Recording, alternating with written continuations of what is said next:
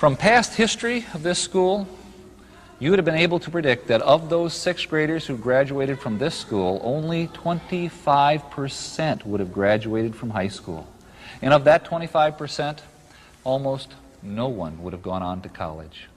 But thanks to Mr. Lang and the support he and the community provided, 48 out of 52 of those students graduated from high school, and of that 48, 40 went on to college.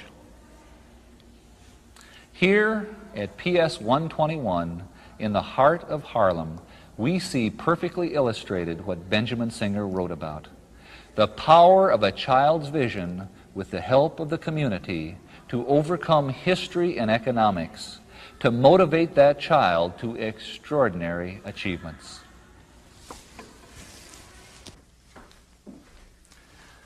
So, when we ask our children, what are you going to be when you grow up? We are helping them to think about something that is very important. Never treat their answers as trivial, even if they change their mind every week. We listen to show our children that their dreams of the future are significant, and our interest in their dreams builds their confidence and ability to shape their own future.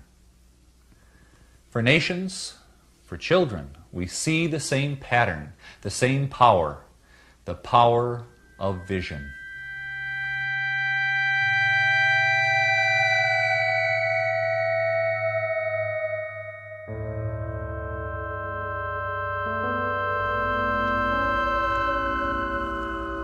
This is Auschwitz. It seems a strange place to come to talk about vision. During World War II, millions of people, mostly Jews, but Poles and Russians and Gypsies too, were put to death in camps like this. The reason we have come here is to examine the importance of vision under the worst possible conditions. It was here that the third scholar who influenced me made his discoveries.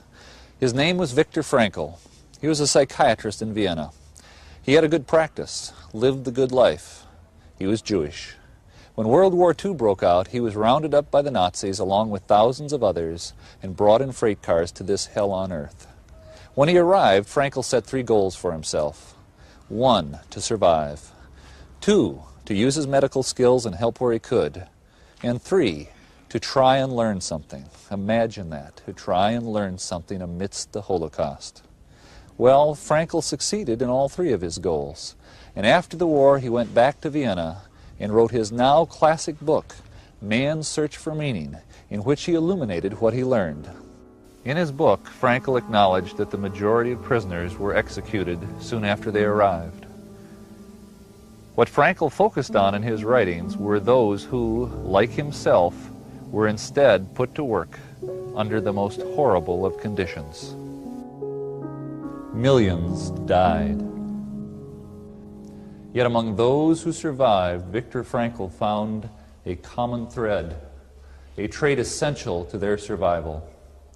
All of those who made it through had something significant yet to do in their future. Let me repeat that. All of those who made it through had something significant yet to do in their future. And here we see the pattern again, the power of a vision of the future to help overcome seemingly insurmountable odds. Let me illustrate with one of Frankl's stories. 2 men were going to commit suicide. It was a common occurrence here in the camp. Their friends literally saved their lives by reminding them of their future. For the one, it was his child whom he adored and who was waiting for him in a foreign country. For the other, it was a thing, not a person. This man was a scientist and had written a series of books which still needed to be finished. His work could not be done by anyone else. And once they were reminded of their responsibilities to their future, they accepted it and were empowered to continue and survive. It worked for Frankl, too. He writes, "Almost in tears from pain, I kept thinking of the endless little problems of our miserable life. What would there be to eat tonight? If a piece of sausage came as an extra ration, should I exchange it for a piece of bread? Should I trade my last cigarette? which was left from a bonus I received a fortnight ago for a bowl of soup. How could I get a piece of wire to replace the fragment which served as one of my shoelaces? Who could help me to obtain work in camp instead of undertaking this horribly long daily march? I became disgusted with the state of affairs which compelled me daily and hourly to think of only such trivial things. I forced my thoughts to turn to another subject. Suddenly I saw myself standing on the platform of a well-lit, warm and pleasant lecture room. In front of me sat an attentive audience on comfortable upholstered chairs. I was giving a lecture on the psychology of the concentration camp. By this method, I succeeded somehow in rising above the situation, above the suffering of the moment, and he observed them as if they were now of the past. Frankl's message is clear. It is essential for you, for me, to have something significant yet to do, to have a positive vision of our future, because that is what gives meaning to life. Frankl wrote, "It is a peculiarity of man that he can only live by looking to the future." And this is his salvation in even the most difficult moments of his existence.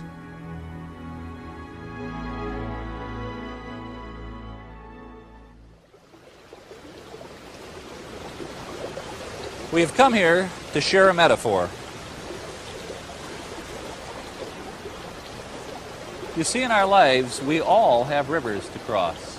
On the other shore is our future. Sometimes the river is calm and the crossing is easy, but other times the river is turbulent, full of unpredictability. Too often during these turbulent times, we try to cross the river just by jumping in and starting to swim. We find ourselves swept away in the current, washed downstream. We hope that where we end up on the other side will be good enough. But there is a better way to cross the river, have a vision of our future. Then, when we see our vision beckoning to us with its positive power, it will reach like a rope back across the river to give us something to hang on to as we step into the water. Now the river is going to grab at us, try to break our grip, try to carry us away from our destination. It takes work to hang on. We have to pull with our own muscles, think with our own minds, commit with our own hearts. No one else can do the work for us.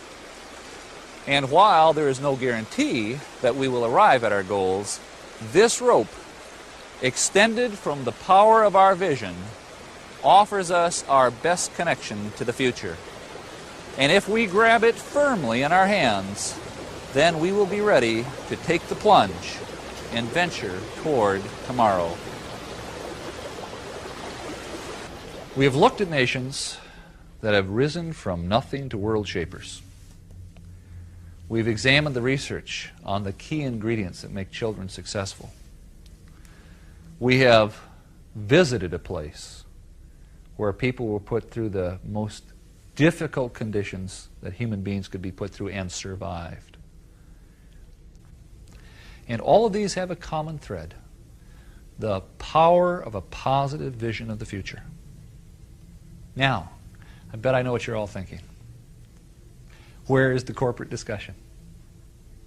If it works for nations, and it works for kids, and it works for adults, does it work for organizations? Of course.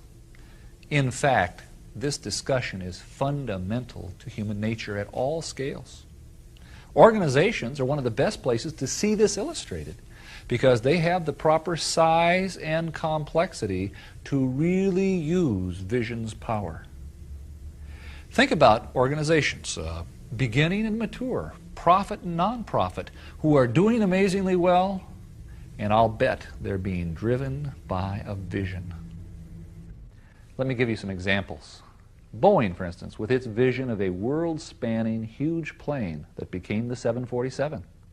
Or Sony, with its vision of entertainment for everyone, the Walkman. French Telecom, the French telephone company that decided it would be the best phone company in Europe, when maybe it was the worst. IBM, that bet the corporation on its vision of the 360 series mainframe computer. Milliken and Company with its relentless pursuit of excellence. The Salvation Army, a nonprofit group that's had a 100-year vision to help the poor and the destitute. And Toyota, whose vision is not to be just the best car company in the world, but the biggest.